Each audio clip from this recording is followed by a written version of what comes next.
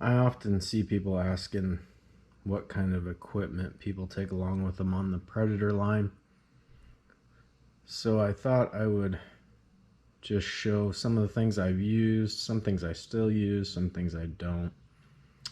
I've really tried to simplify things out on the line. It seems like simple is best when it comes to predator trapping, at least for me. The point most of the time is to get in and out as fast as I can. The first thing is a decent bag to carry everything in. I've really been impressed with this Husky bag. This will be going on the 4th or 5th season with it. It cost about $36 at a Home Depot. It's paid for itself time and time again. It's got quite a bit of room in it. You'll see there's still dirt in it from last season, some dry dirt in it, but there's a lot of room inside there. It's 24 inches long.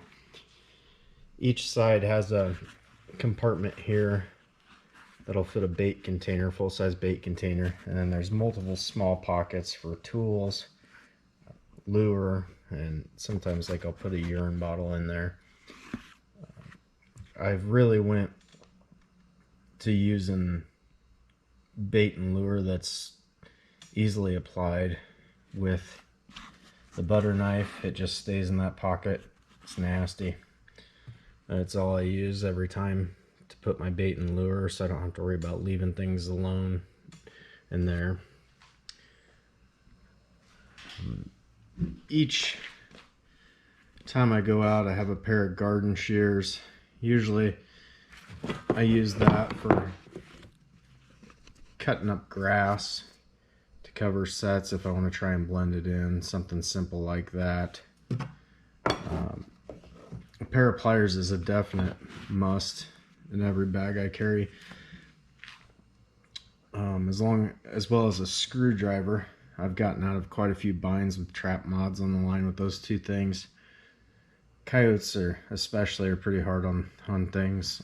I tend to try to get traps that don't need a lot of modifications, but sometimes you just can't avoid it. At one time, I don't really carry it anymore.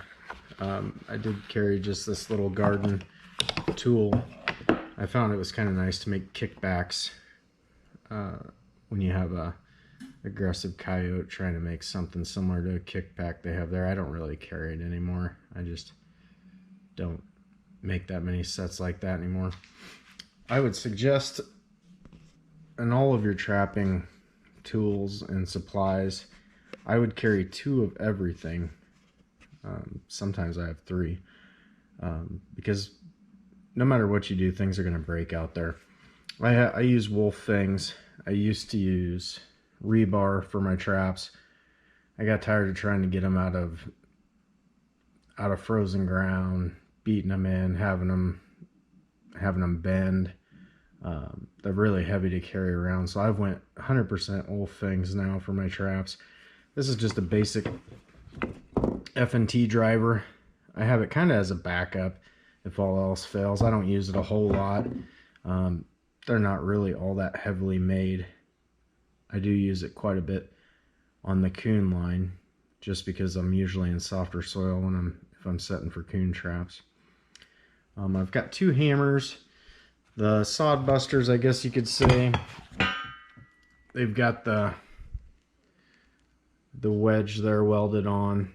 I originally bought them as the fiberglass hammers, and I actually hit ground hard enough to have one explode right up into my face and into my nose.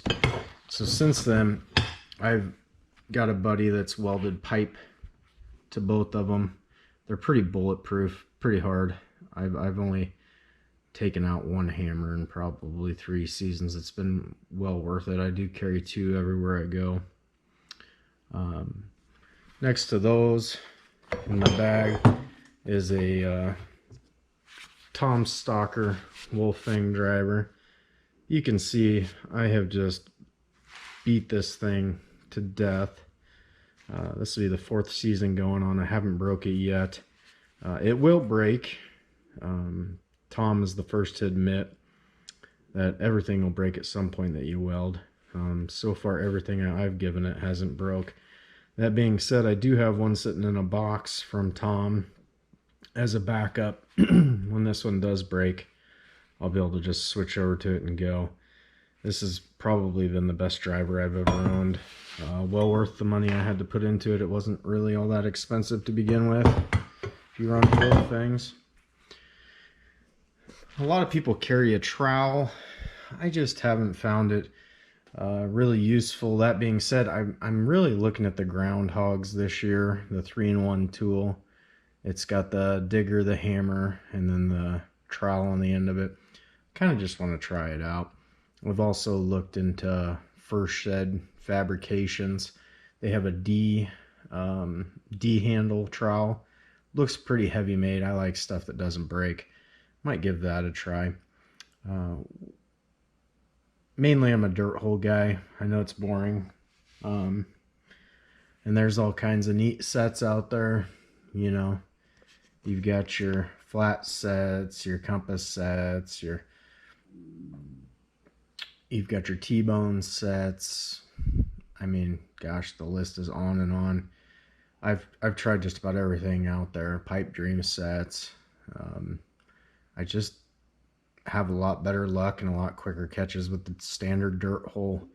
I don't get really into making them look man-made. They're pretty crude. They're pretty fast. At one time, I was running a drill with the dirt holes. 18 volt. You've got a Tom Stocker driver there. It works great. I mean, it'll make a decent looking dirt hole, but even then, when the ground gets froze, it gets pretty rough to make them. Just another thing you got to log around on the trap line. So I found myself just getting away from those altogether. The drills, that is. There's nothing pretty about my dirt holes. I went to a local hardware store here, looked at this pipe. I honestly don't even know how thick it is, maybe 3/8 inch thick, and a piece of that 36 inches long was $15, I think. And I just had them cut it right there.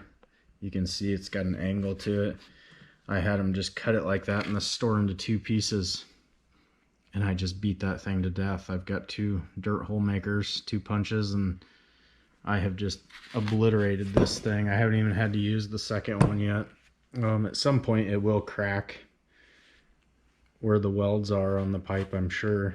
But, I mean, I've given that thing just about everything I have to offer, and smacks out a pretty decent sized dirt hole pretty quickly. I'm sure at some point this season I might have to use the second one. I really haven't found anything that's simpler than that. I really have moved to simplify everything on the trap line. I feel like the faster you can make a set and get in and out, the less things you have to worry about. I'm not a scent guy. Speed is really the issue for me.